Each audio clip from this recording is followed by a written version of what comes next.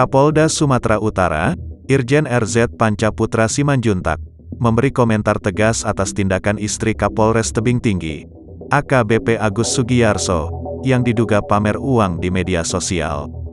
Video istri Kapolres Tebing Tinggi yang diduga pamer uang itu diunggah akun TikTok @cimot_512.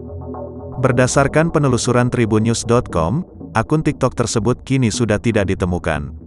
Akun itu diduga telah dihapus setelah video istri Kapolres Tebing Tinggi ramai diperbincangkan. Irjen RZ Pancaputra Simanjuntak berang mengetahui tingkah Ibu Bayangkari yang diduga sengaja memamerkan uang itu. Ia pun menekankan agar semua pihak berhati-hati menggunakan jari dalam bermedia sosial. Panca juga akan menelisik maksud dan tujuan istri Kapolres Tebing Tinggi menunjukkan uang kepada publik. Menurutnya, hal tersebut bisa menimbulkan beragam penafsiran di mata masyarakat yang melihat. Karena begini, itu bisa menimbulkan multitafsir. Yang jelas kalau itu terjadi, saya akan dalami kenapa itu pamer uang dan apa tujuannya, imbuhnya.